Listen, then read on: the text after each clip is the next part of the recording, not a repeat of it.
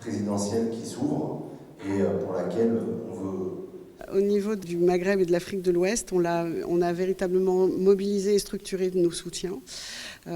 C'est structuré autour d'une organisation. On a des responsables, notamment responsables conformité, responsables de la communication, responsables de la riposte politique, responsables de la mobilisation, et puis autour de 2 coordinateurs qui sont M.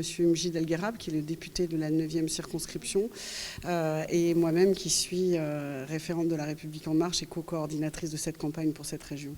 Au niveau du Maroc, en tout cas, j'allais dire, je vais vous citer M. Emmanuel Macron quand il a fait sa conférence de presse et qu'il a notamment présenté son programme. En fait, c'est à nous d'aller chercher chaque voix. C'est pas parce que des sondages le donnent favori que ça signifie qu'il faut, j'allais dire, nous reposer sur nos lauriers. Nous ici, en tout cas au Maroc et au sein de la 9e circonscription, on est là pour convaincre d'abord les adhérents, puisqu'on a des adhérents, mais les sympathisants, les personnes qui sont membres de la majorité présidentielle, et puis les autres, aller chercher les autres qui ne font pas forcément partie de notre famille politique, mais les convaincre que le projet de M. Emmanuel Macron est le seul qui permettra à la France de continuer à grandir. En 2017, effectivement, il y a eu une dynamique très forte avec... il n'y a pas beaucoup de gens qui n'ont pas voté pour Emmanuel Macron au second tour. Au premier tour, c'était divisé. Il y avait ceux qui avaient voté pour François Fillon, ceux qui ont voté pour d'autres candidats, Jean-Luc Mélenchon, etc. Et quand même une grande majorité qui a voté pour Emmanuel Macron. Donc pour celles et ceux qui n'ont pas voté pour nous et qui ont un choix idéologique et qui, on essaye simplement de leur dire que le vote aujourd'hui, il se joue dès le premier tour.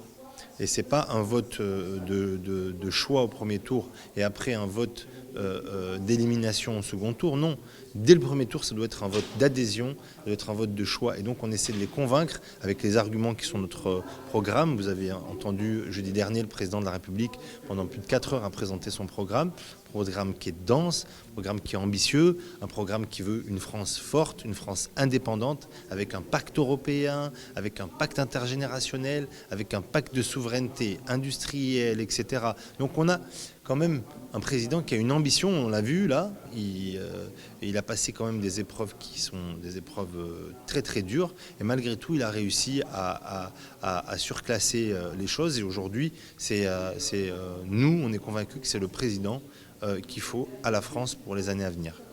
Vous savez que les Françaises et Français de l'étranger, pas les étrangers, mais les Français de l'étranger, peuvent bénéficier de bourses pour l'aide, ce qu'on appelle l'aide à la scolarité.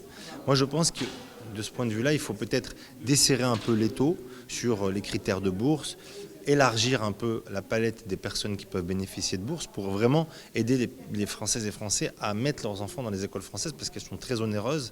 Et effectivement, une partie du fonctionnement, une grosse partie, est financée par les frais de scolarité. Et ça, c'est un vrai sujet. Donc nous, on essaie de jouer, à mon avis, et on verra ce que le président de la République va présenter dans son programme, mais il faut jouer sur plutôt la possibilité de pouvoir avoir accès aux bourses pour celles et ceux qui aujourd'hui n'ont pas accès, et faire en sorte que les établissements soient plus autonomes, plus indépendants, puissent se financer plus, aller se développer plus, et que les décisions soient prises plus localement et pas à remonter à Paris pour avoir un arbitrage ou un financement. Donc c'est comme ça qu'à mon avis on va desserrer les taux sur les familles et sur les frais d'écolage, et qu'on va réussir à avoir des frais d'écolage qui soient au final raisonnable, et qui, comparativement à d'autres écoles, l'école américaine, l'école belge, toutes les écoles qu'il y a espagnoles, qu'il y a aujourd'hui sur le marché des écoles